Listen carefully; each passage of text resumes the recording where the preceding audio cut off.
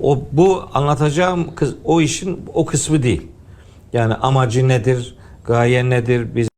Merhaba, Kur'an'ın Yolunda programıyla karşınızdayız. Profesör Doktor Mehmet Okuyan'la birlikte Eyüp Sultan'dayız, Pierre Loti'deyiz. Ramazan ayı boyunca her gün aynı saatte TV100 ekranlarında sizlerle buluşuyoruz efendim. Hocam hoş geldiniz. Teşekkür ederim, hoş bulduk. Şimdi bugün Ramazan'ın 7. günü, 7. cüzde öne çıkarttığımız başlıkları konuşacağız. Maide suresinin 83. ayetinden artık Maide suresinin tamamlandığını görüyoruz 7. cüzde, 120 ayetin tamamının. Ve sonrasında En'am suresinin 110. ayetine kadar yine 7. cüzde var. Devam ediyor mu En'am suresi hocam? Tabii. Devam ediyor. 165'e kadar devam ediyor. Tamam, 8. cüzde de devam ediyor. En'am suresi, onu da artık yarın konuşuyor olacağız efendim. Şimdi bu cüzde öne çıkardığımız başlıklardan en önemlilerinden bir tanesi. Her başlık çok önemli ama niçin öyle söylediğimi söylemek istiyorum. Kur'an-ı Kerim'in indiriliş gayesini konuşalım istiyoruz. Ramazan ayındayız. Kur'an-ı Kerim'in indirilmeye başlandığı aydayız ve bunu konuşmamız çok çok kıymetli. En'am suresinin 19. ayetinden başlayalım. Evet, bu cüz konuşulacaksa bunun berceste ayeti budur yani. Dolayısıyla Kur'an ayı diye tarif edilen Ramazan ayında Kur'an'ın indiriliş gayesi tabi insanlara yol göstermektir, hakikati onlara iletmektir. Onu Bakara suresinin ilk programda ifade etmiştim, 185. ayetinde Kur'an neden indirilmiştir filan. Bu anlatacağım o işin o kısmı değil. Yani amacı nedir, gaye nedir, biz niye kitabı anlatıyoruz filan. Bu oraya değinmeyeceğim. Burada başka bir şey söylüyor Allah-u Teala. Diyor ki peygamberimize şunu demesini emrediyor. Kul diye başlıyor ayet. Uzun bir ayet. Ayetin tamamını okumayacağım. Sadece bir cümlesini ifade edeceğim ama başlangıcının de ki hitabıyla başladığını belirteyim. Diyor ki Rabbimiz ve uhiye ileyye veya okuyayım bir dakika. Lütfen. Orayı da okuyayım yani. Burayı okuyayım. Kul eyyü şeyin ekberu şehade. De ki şahitlik bakımından en büyük şahit kimdir? Yani size göre gerçek şahit kimdir? En büyük şahit kimdir? Kul.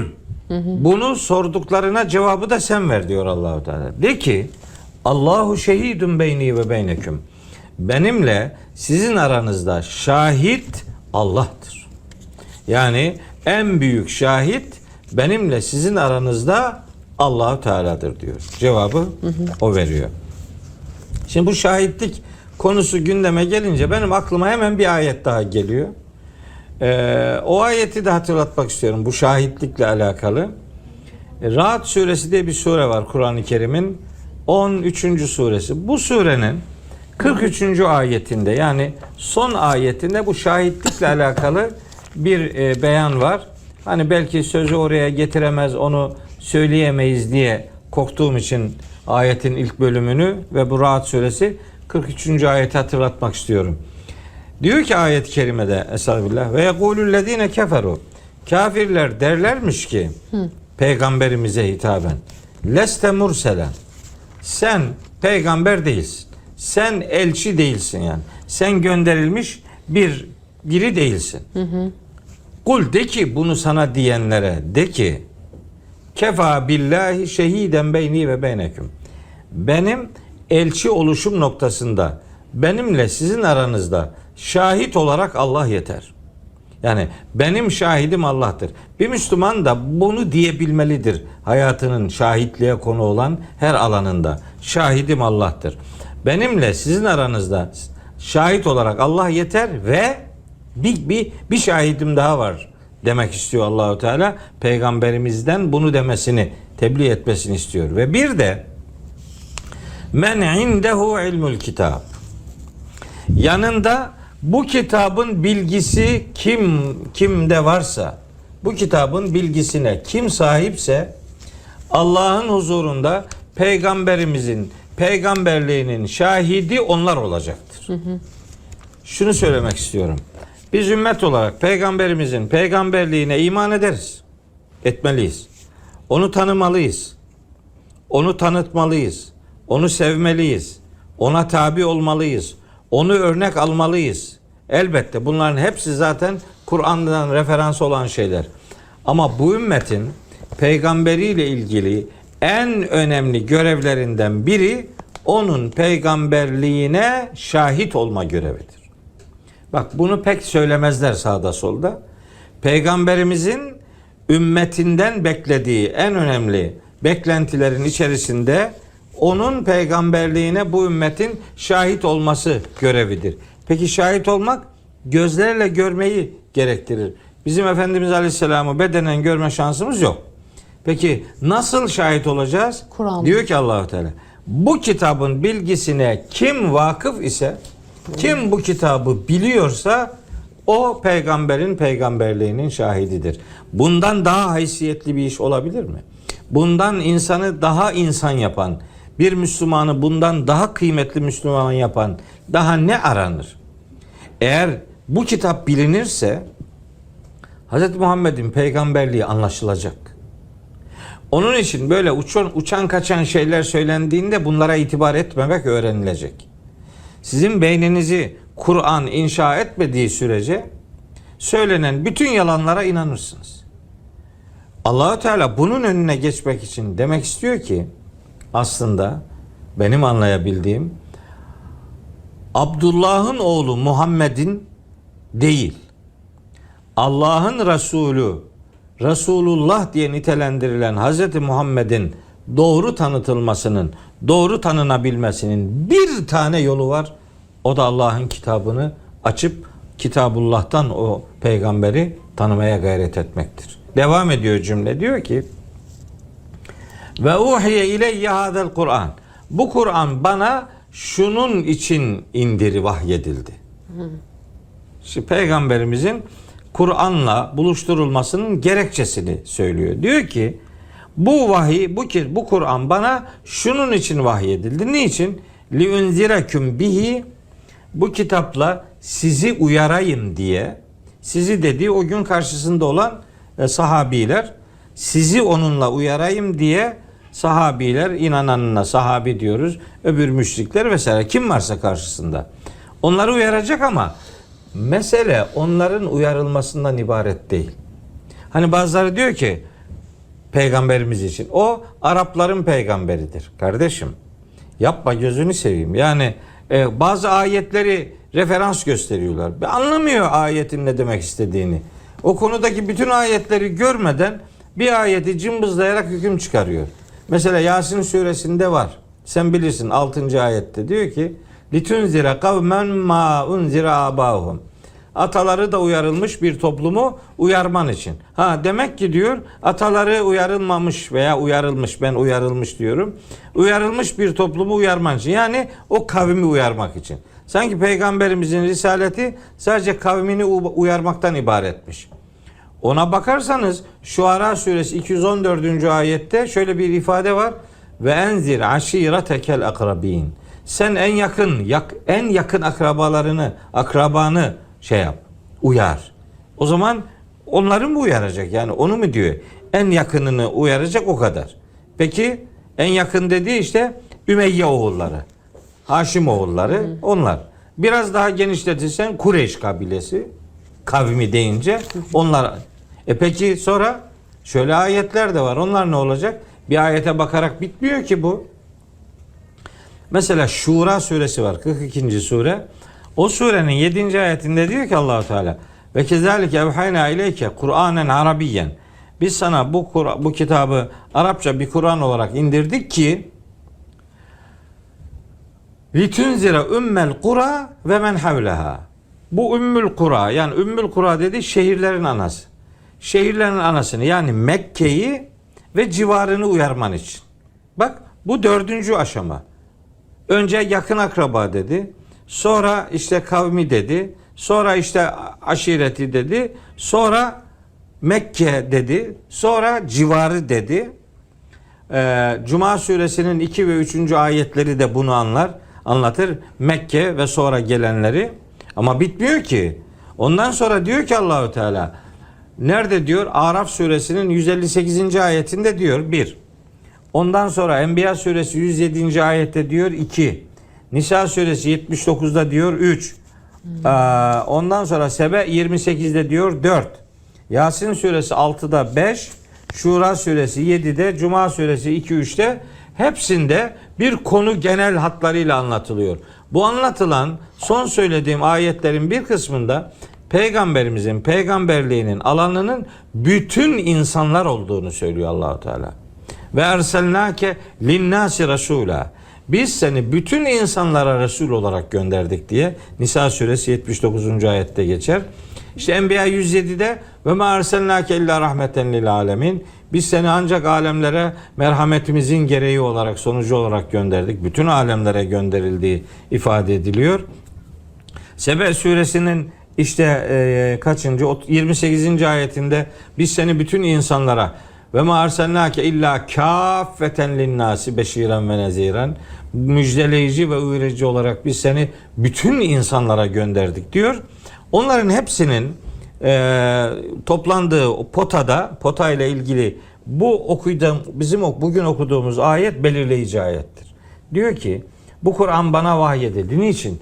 Liunziraküm bihi. Onunla sizi uyarayım diye ve bir de men belage. Kime ulaşabiliyorsa işte onu da. Şimdi kime ulaşabiliyorsa deyince söz bize geliyor şimdi. Herkese geliyor yani. Adam bana soruyor işte hocam bugün Hristiyanlar cennete mi gidecek cehenneme mi soruyor bana. Ben de diyorum ki ona sana ne? Sana ne ya? Sen bu kitabı ona anlattın mı? Yok. Bu kitabı sen biliyor musun? Yok. Hiçbir kere okudun mu? Yok. Niye merak ediyorsun? Hayırdır? Sen Tel Aviv'de doğsaydın ne olacaktın? İşine bak kardeşim. Evet yani sen işte Vatikan'da doğsan ne olacak? Kazara Hindistan'da doğsaydın ne olacaktı? Ne olacaktı? Çin'de doğsaydı ne olacaktı? Hindistan'da ineklerin peşine gidecekti işte yani. Yani sen ne yaptın da Müslüman oldun kardeşim? Sen bir şey yapmadın ki. Sen kendini Müslüman buldun.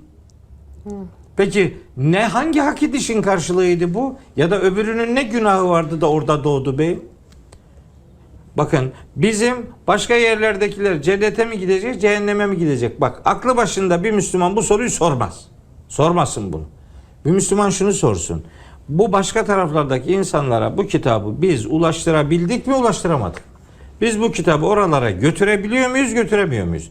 Sözümüzle, yazımızla, programımızla, eylemimizle, şahitliğimizle, örnekliğimizle biz bu kitabı kime ulaştırabildik? Kimseye ulaştırmadık. İşte bunun mesajının evrensel olduğunu, yani Kur'an'ın mesajının evrensel olduğunu ortaya koyan en kıymetli ayetlerden bir tanesi 7. cüzün konusu olması itibariyle En'am suresinin 19. ayetindeki bu cümledir. Evet, bir de hocam yine 7. cüzde helallerimize haram karıştırmak meselesi var. Evet. Bu da çok çok önemli. Maide suresinin 87. ayeti. Ben bir sizin mealinizi okumak istiyorum izin verirseniz. Ey iman edenler, Allah'ın size helal kıldığı temiz şeyleri haram kılmayın ve aşırıya gitmeyin. Aşırı gitmeyin. Şüphesiz ki Allah aşırıları sevmez. Evet. Şimdi bu ayet Hangi burada aşırı? duruyor. Evet. Şimdi bu ayet burada dururken adam yeni haramlar listesi üretiyor. Ha, evet. Bir de o var. Ya Allah diyor ki, anlamıyor musun yani bunu? Diyor ki ya eyyühellezine amenü, ey iman edenler, la tuharrimu, haram yapmayın. Neyi? Tayyibati ma ahallallahu leküm. Allah'ın sizin için helal kıldığı şeyleri kendi başınıza dönüp haram yapmayın. Ve la ta'tedu, haddinizi aşmayın diyor. Bunu hadsizlik olarak ifade ediyor. Sonra ayetin sonunda da diyor ki innallaha la yuhibbul mu'tedin. Allah haddini aşanları sevmez. Burada haddini aşmak yeni haramlar üretmeyle alakalıdır. Neyin üzerine üretilmiş bu? Mesela? Yani yöresel kabuller, işte bir coğrafik şartlarda adamın kendisinin zihnine göre Ya da mesela bir adamla kadının konuşması haramdır gibi. üretiyor. Bu tabi bu gıdalarla alakalı Bu ayette gıdalar işaret ediliyor. Ama mesele ondan ibaret de değil. Yani yeni haram üretiyor. Haram yani o mezhebe göre o haram, bu öbürüne göre haram değil. Birine göre helal, birine göre haram. Ne oluyor? Nasıl oluyor bu? Bakın haram, bak çok önemli bir şey söyleyeceğim şimdi. Bütün dediklerimi unuturlarsa unutsunlar ama şu söyleyeceğimi unutmasın kimse. Eyvah. Bakın Araf suresi var. Kur'an'ın 7. suresi. Biz nasip olursa işte bir sonraki programda buraya değinir miyiz bilmiyorum. Şimdiden değineyim. Diyor ki Allahu Teala. Kaçıncı ayet? Araf suresinin 32. ayeti ve 33. ayetleri. Açtın mı? Açtım. Oku. 32'den başlıyor. 32 ve 33. Bakalım. De ki Allah'ın kulları için çıkarttığı zineti ve temiz rızıkları kim haram kılmış ki? Diyor ki kimin haddine bu ya? Bu benim işim diyor. Haram kılmak Allah'ın işidir. Allah'tan başkası haram kılamaz. Peygamberimiz neyin haram olduğunu tebliğ eder, bildirir. Peygamber de haram kılmaz. Devlet başkanı olarak yasaklayabilir, engelleyebilir, zararlıdır diyebilir. Bir süre sonra o yasağı kaldırabilir, o başka bir şey. Onun için haram kelimesi kullanılmaz. Onun için neha kelimesi kullanılır. Nehyetti, men etti. Yani istemedi, yasakladı diyebilir. Yani Allah'ın kanununu çıkartmak toplumsal kanunu çıkartmaya benzemez. Benzemez, hayır. Çünkü onlar zamanla değişikliğe tabi tutulurlar. Bunlar öyle değil. Bunlar evrensel hakikatlerdir. Dinde helal ve haram kılma yetkisi sadece Allah'ındır vesselam. Şimdi devam edelim. Şimdi bir öbürüne bakalım. De ki onlar kıyamet günü sadece kendilerine özel olmanın yanında dünya hayatında da sadece inançsızların değil müminlerindir de. Evet, temel rızıklar, güzel şeyler herkesindir diyor Allahu Teala. Kimse bunları kendilerine göre, kafasına göre haram kılmasın demek istiyor. Tamam. Bilen bir topluluk için ayetleri işte böyle açıklıyoruz. Tamam. Yani Devam ayetler edelim. buna delil. Evet. Tamam. 33 de ki ancak ve ancak Rabbim açık ve gizli çirkinlikleri, günahı, azgınlık yapmayı, hakkında hiçbir delil indirmediği herhangi bir şeyi, Allah'a ortak koşmanızı ve Allah hakkında bilmediğimiz şeyleri söylemenizi haram kılmıştır. Tamam. Şimdi bu Arapçada bu cümlenin başında bir edat var. İnnema diye bir edat var. İnnema sadece ve sadece şudur, başkası değildir demektir. Bu vurgu edatıdır. Yani başka şu da vardır, başkası da vardır. Hayır. O anlamı vermez. Burada diyor ki Allahu Teala haram kılmak benim işimdir diyor. Ben neyi haram kılalım? Açık gizli çirkinlikleri, günah şeyleri, azgınlıkları, şirk koşmayı, Allah hakkında bilinmeyen şeyleri biliyormuş gibi neyse bunlara dair herhangi bir şeyi söylemenizi Allah haram kılar. Bu ama haram kılmak Allah'ın işidir. Bu kulun işi değildir. Nahl suresi var. 16. sure Kur'an-ı Kerim'in. Bu 16. surenin 116. ayeti var. Diyor ki Allahu Teala ve la tekulu lima tasifu elsinetukumul kezibe. Dillerinizin yalan yere nitelendirmesiyle sakın ha şöyle demeyin. Nahl suresi 116. ayet. Kardeşlerimi bu noktada biraz daha dikkatli olmaya davet ediyorum. Dillerinizin yalan yere nitelendirilmesiyle kalkıp da sakın ha hada halalun ve hada haramun. Şu helaldir, şu da haramdır demeyin. Litefteru alallahil kezib. Allah'a yalan iftirasında bulunmuş olursunuz. İnnellezine yefterun alallahil kezibe la yuflihun. Allah'a yalan iftirasında bulunanlar kurtulamayacaklardır. Evet. Meta'un kalilun. Burada biraz yaşarlar ama velehum azabun elim. Elem verici azap onları beklemektedir diyor. Nahl suresi 116 117. Şimdi aklıma bir ayet daha geldi. Onu da söyleyeyim. Bak Yunus suresinin 59. ayeti Yunus. Diyor ki Rabbimiz kul de ki insanlara ereytüm bir düşünün bakalım. Bir düşünün, kafa yorun. Ma enzelallahu leküm min rizqin. Allah'ın size rızık olarak verdiği şeyler hakkında bir kafa yorun bakalım. Neleri size rızık vermişim? Onların arkasındaki kuvveti, kudreti düşünün. Rızkın iyiliğini, güzelliğini, yararını düşünün. Siz bunu düşünecek yerde fecealtum minhu haramen ve halala. Dönüyorsunuz o Allah'ın size rızık olduğu verdiği şeyleri kendi kafanıza göre helal ve haram diye tasnif ediyorsunuz kendiniz kafanıza göre. Sonra diyor ki kul de ki bunu yapanlara Allahu ezine leküm em alallahi tefterun. Allah mı size izin verdi yoksa Allah'a iftira mı ediyorsunuz? Niye yapıyorsunuz bunu? Helal ve haram kılma yetkisi sadece Allahu Teala'nındır. Hazreti Peygamber'in bilenler bilirler Araf suresi 157. ayetle Tevbe suresinde Allah'ın ve Resulünün haram kıldığı şey ifadesi var. Orada Resul kelimesiyle kastedilen Allah'ın haram kıldığı şeyi elçinin de bildirmesidir yani. Bakın eğer başka bir türlü olsaydı Tahrim suresinin 1. ve 2. ayetleri gelmezdi. Haram olduğunu ifade ettiği şeyleri sayarken Allahu Teala yani bazı şeyleri unuttu mu yani? Allah unuttu mu saymayı da sen ilave ediyorsun bunu?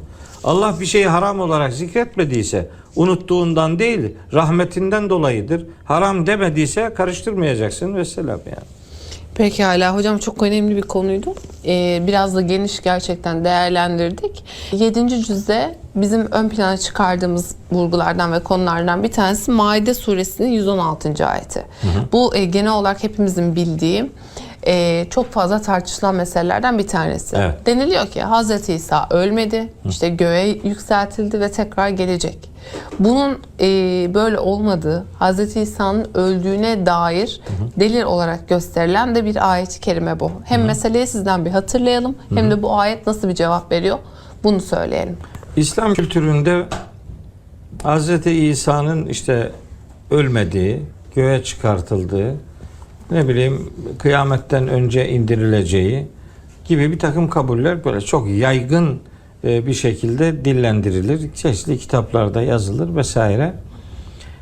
Ben Hz. Muhammed'in son peygamber olduğuna inanan bir insan olarak Hz. Muhammed'den sonra başka bir peygamber gelmeyeceğine inanıyorum. Bu sıkıntılı bir iş olduğu için insanlar Hz. İsa'nın tekrar geleceğini söylerken durumu yumuşatmak için gelecek ama ümmet olarak gelecek, peygamber olarak gelmeyecek diyorlar filan.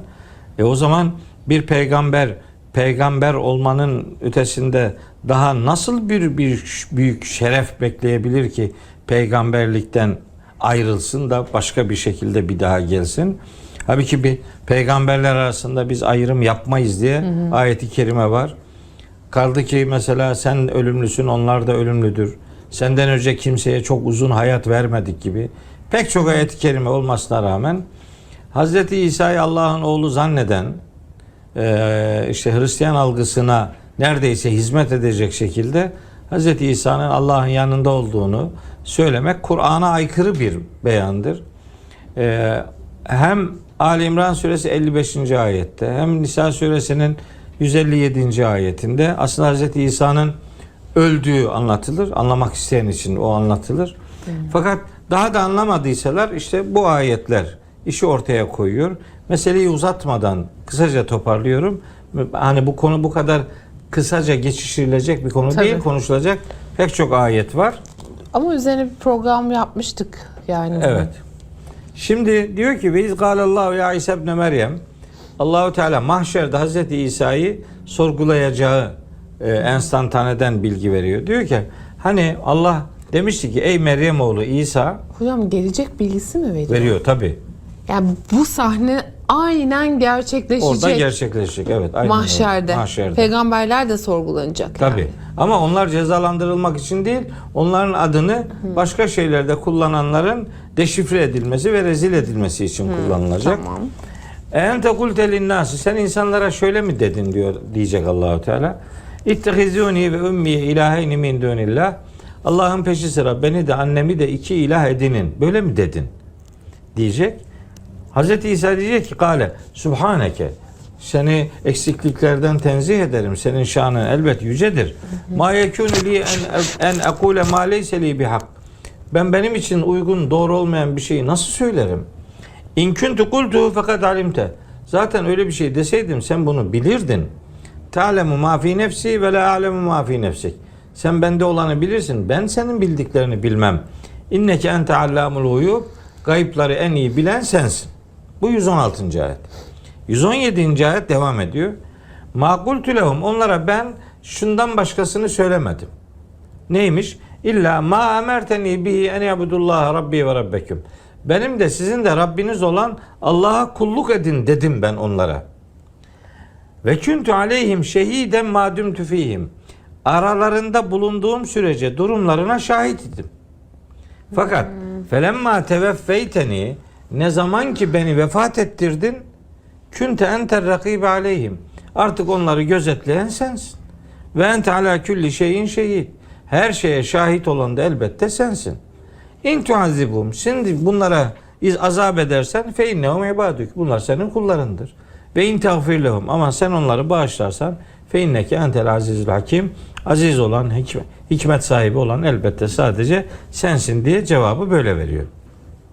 Bu ayette Hz. İsa'nın öldüğü çok açık bir şekilde ifade edilmesine rağmen bu ayete aykırı söylemleri insanlar düşünmeden kolay bir şekilde dillendirebiliyorlar. Bu rivayetler, konuyla ilgili rivayetler bu ayetlere aykırı olduğu için bu rivayetleri değil ayetleri esas almak gerektiği kanaatindeyim. Çünkü o rivayet, yani o ölmemiş olması üzerinden bir takım senaryolar yazıldığı için. Tabii Mehdi geliyor, başkaları geliyor, birileri bekleniyor, bir şeyler oluyor. İşte sonra da faturası ağır oluyor yani. Pekala, teşekkür ederim hocam. Ağzınıza sağlık. Efendim sizlere de çok teşekkür ediyoruz.